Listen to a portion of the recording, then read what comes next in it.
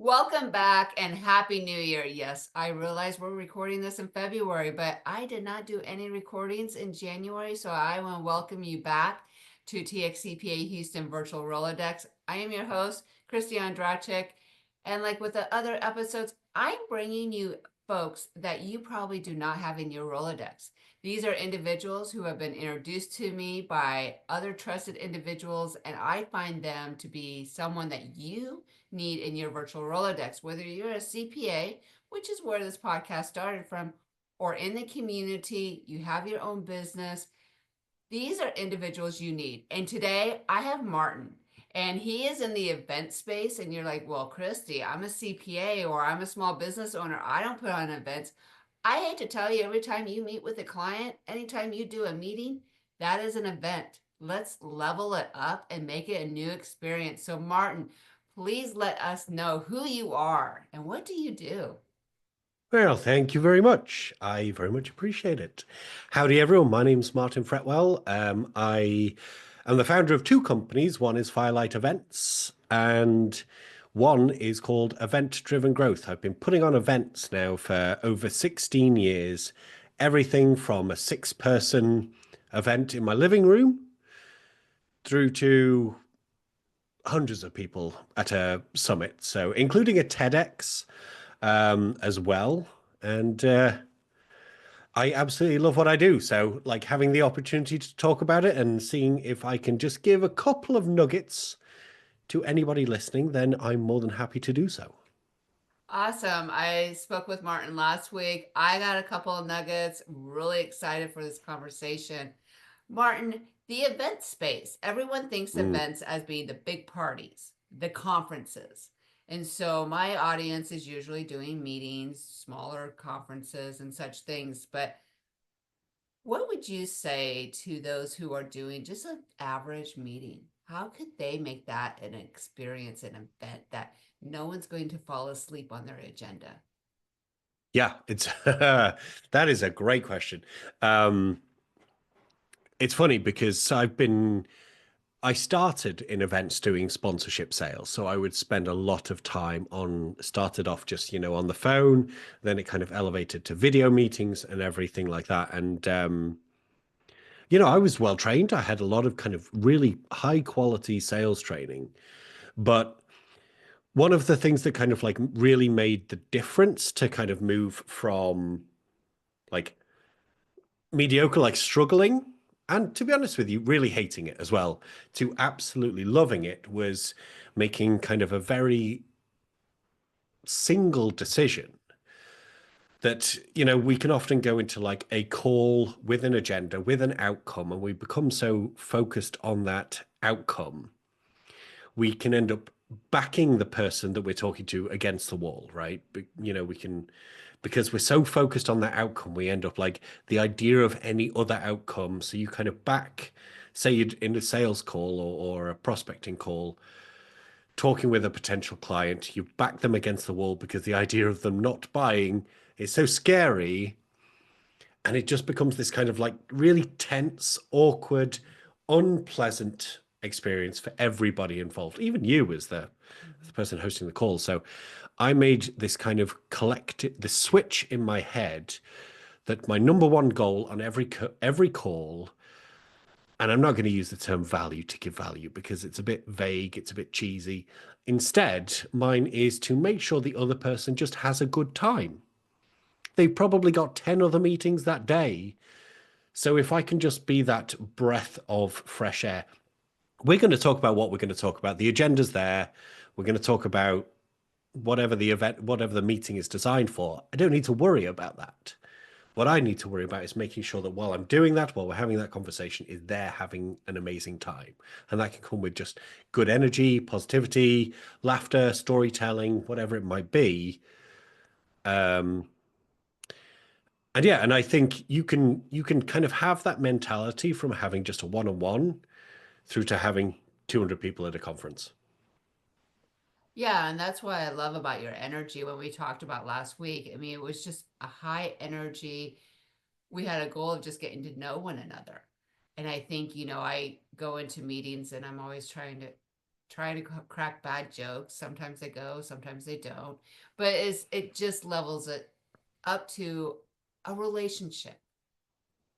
And so with that being said, our world has changed. I don't know if you knew this. It's changed in the last few Mhm. years. We went from all in person to all virtual, and now we're trying to do this hybrid conference, hybrid events thing going on. And give me your insights on how the event space is in 2025 and what you are looking forward to in the future years. Okay. The event space moving into 2025 is a bizarre a bizarre space, and I think if I'm being completely honest, I think nobody knows where we're at, where we're going. I think if anybody says that they do, I mean, you always get people that do, right? I remember pre-pandemic, everybody was talking about the future of work. Then the pandemic happened, so we had these 4 years of like events and discussions and keynote speeches talking about the future of work. Pandemic came along, destroyed all of it. All of those conversations were completely pointless because the pandemic changed everything. So I'm not a big fan of kind of trying to crystal ball the future. But what we know for sure is, like you said, all in person, all virtual.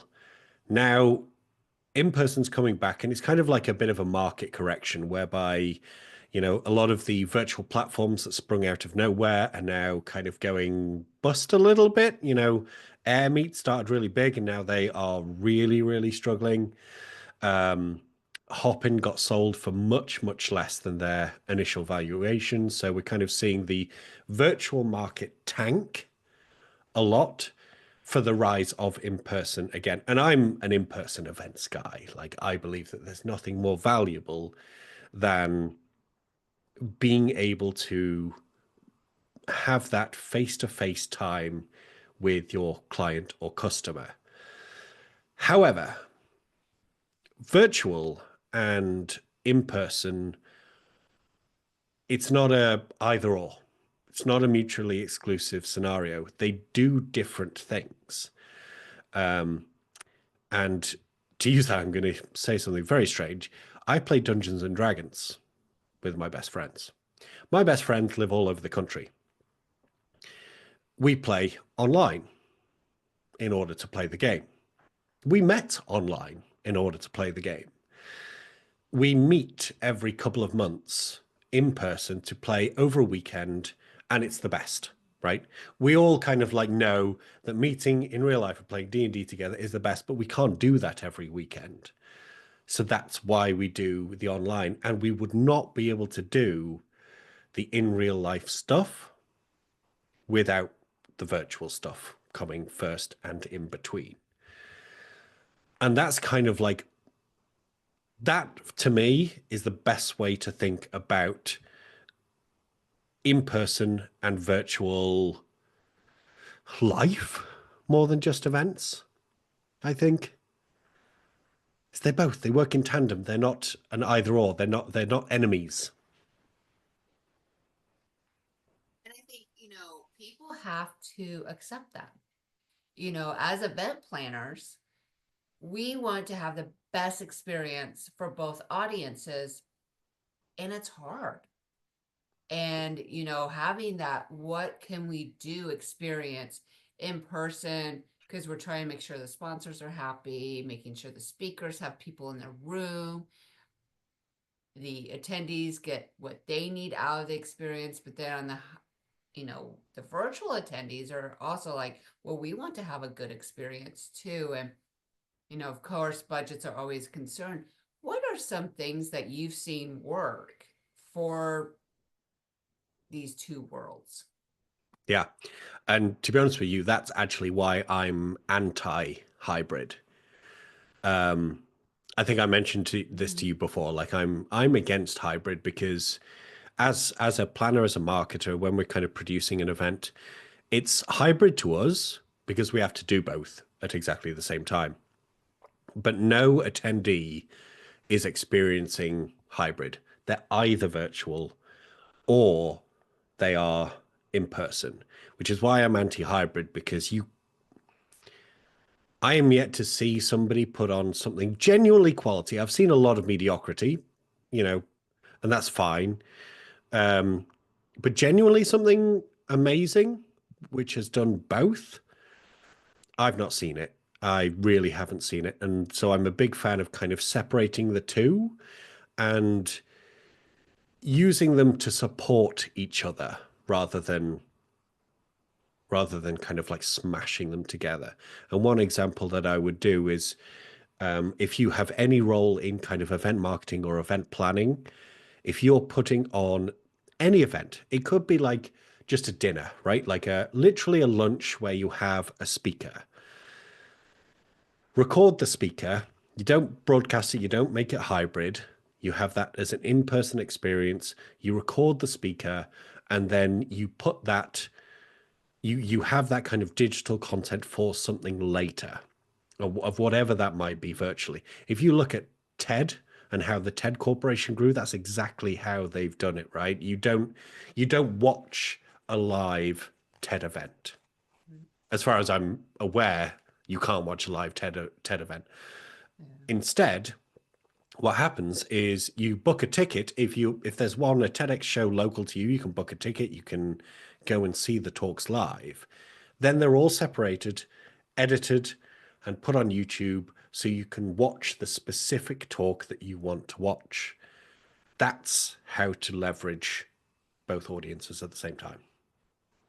And that's really good because I know when I go to an in-person conference, I'm trying to take notes, listen, do all the things. And a lot of times it would be nice to have that recording. And so here at TXCPA Houston, we're taking Martin's words to heart and we're trying to figure out how do we do this going forward and what does that look like. So I appreciate that insight. And I think for virtual attendees, having that opportunity later on because of timing, because I think that's a big thing too, is like, well, I can't make it those days. And having that option later on is going to help with that experience.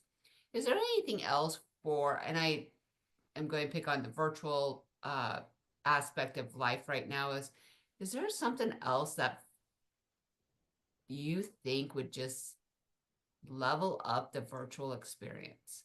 Like, I don't know, technology, something, that you've seen that you Leveling up. like that no one else is really using. Um, I've seen some bold attempts. Okay. I have seen some bold attempts that have potential, but I don't think it's necessarily kind of a virtual problem. I think it's a B2B problem. Okay. If I think about all of the best events I've ever been to, they've all been B2C. They've all been B2C.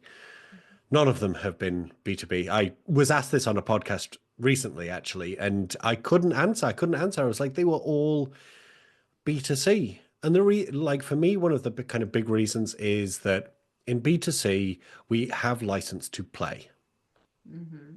And if we have license to play, we have license to access heightened emotion. And that's where transformation lies. That's where kind of things, that's where big differentiators lie. In B2B, we create stuff that, you know, you're going to sit at, listen while you're answering emails. That's kind of the extent of the B2B world. Or you might go to a booth where they might have like puppies to play with, which is, fun, irrelevant. That Distracting.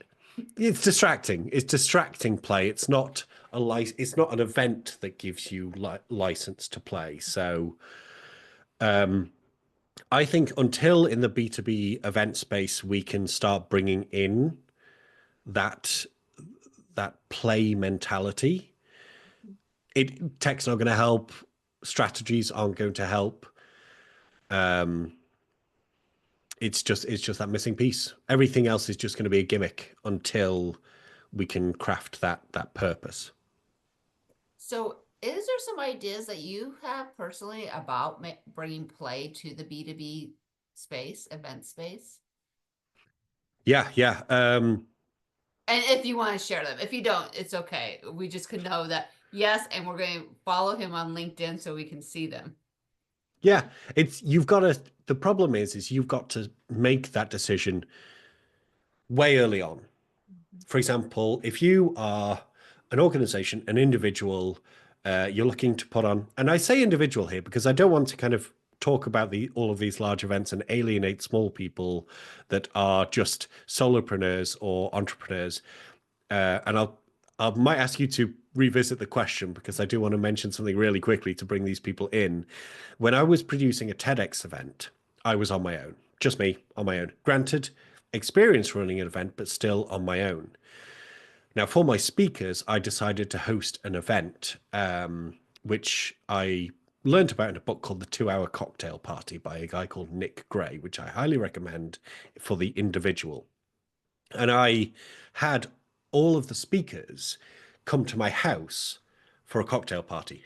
And in the book, there's the entire framework for hosting this party. It could be for clients, could be for customers, could be for anybody. But the idea is it's obviously local. And I had my speakers come.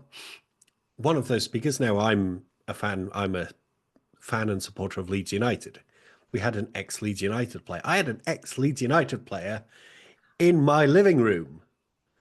His Wow. phone, his number is on my cell phone. And that's because I hosted this small party and he was a speaker at the event. But the cool bit was by having this small party, when it came to the actual event, all of the speakers knew each other Mhm. like a month later. And they were all like hugging and like, oh, it's great to see you. Yeah, yeah. And so like I just wanted to mention that because that literally cost me about $120 to put on. Yeah, and those relationships are going to keep going. So bringing that kind of experience into the B2B experience, the playtime. And I'm just honestly thinking back to our conferences at TXCPA Houston, where, we have attendees who are business owners, the speakers are business owners, and we do a SIPS and CP at the end of the day so people can get together. They still have some education, but one thing that we do with our panelists is we do have those pre-conference meetings. And it is so interesting to see them on the first meeting and then when they're in conference and how much more open and friendly. It's like a family reunion when we get to the conference because they had that pre-meeting just to get to know one another and understand where everyone's coming from. So using that as a backdrop to the B2B experience and having people be able to come to a conference and say, "Hey, we've already kind of had the first, you know, like first meeting and now we're at in-person meeting." Do you think there's some ideas there to bring some of that, what you experienced with the cocktail party, to the larger events with B2B? Yeah, definitely, definitely. I think um, there are probably two elements that I would say you need to kind of have in place to be able to access that feeling. That feeling that's just a bit more than turning up to a conference. That we could call it a license to play. That's what I like to call it, but it's like a belonging as well. It's number one, giving people permission. Giving people permission to do that is absolutely crucial. I've been running a series of executive roundtable dinners for the C-suite in IT, marketing, HR, everything like that since 2016. I've done over 100 of these. And the motto is friends help each other. And one of the principal slogans, as well as that motto, is a new friend will give you 10 times the value of any keynote speech ever. And often I guess, so what's in it for you? What is the purpose? And I say, like, it's literally to make a friend. It's to make friends. Because so often we're usually trying to get a takeaway of like learning a thing or, something kind of like very specific like that really kind of arrests the event. It makes it official. But a friendship is something very, very different.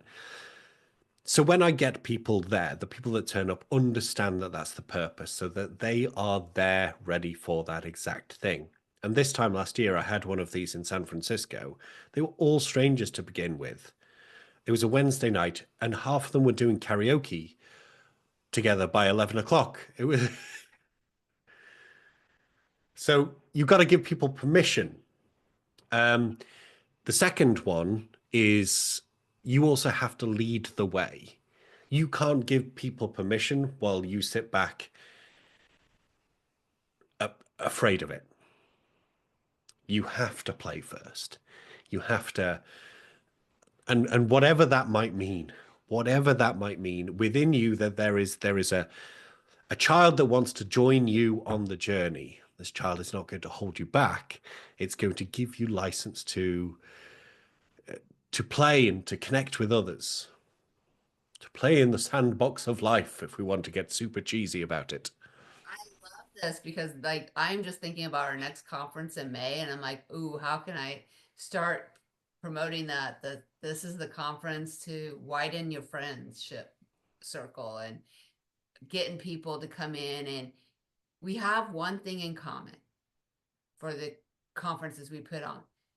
We are accounting and finance professionals. Many are CPAs. We already have something in common.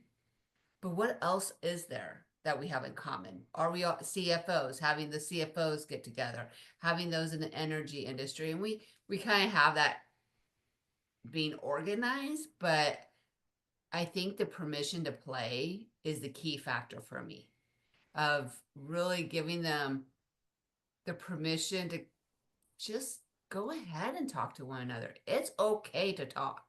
I think Yeah. sometimes we feel like we're in school and we can't talk to each other. And, it's like, no, we're here to get to know one another. We're here to have some fun. And before we started recording, I was telling you I have a hype song for my presentation this afternoon. Do something different. I mean, I started that in December. I will never go back to just standing up front and saying who I am. I mean, after I'm introduced, I'm in the back of the room and I'm going to be walking in just to change the energy, Yeah. do something different, think outside the box. And that's why I'm so thrilled to have you in part of my virtual Rolodex, is because we're thinking outside the box. We're finding out, trying to figure out an experience that helps others feel welcomed and want to be there. I think sometimes I go to events and I'm a people watcher. And I look for and if you come to an event and you see me and I like zero in on you, it's probably because you look like I don't want to be here and I'm feeling very insecure. And I'm going to go up to you and I'm going to say hi. I'm going to do the smile. And I'm here. I'm going to be there to generally get to know you.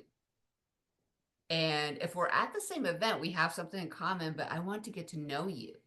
And so I think sometimes we let fear outweigh what's going Mm. to happen. Fear is a huge That's the roadblock. key thing. That's the key thing, because if you like, I think we've all got an element of wackiness in us. We just need to kind of feel safe enough Mhm.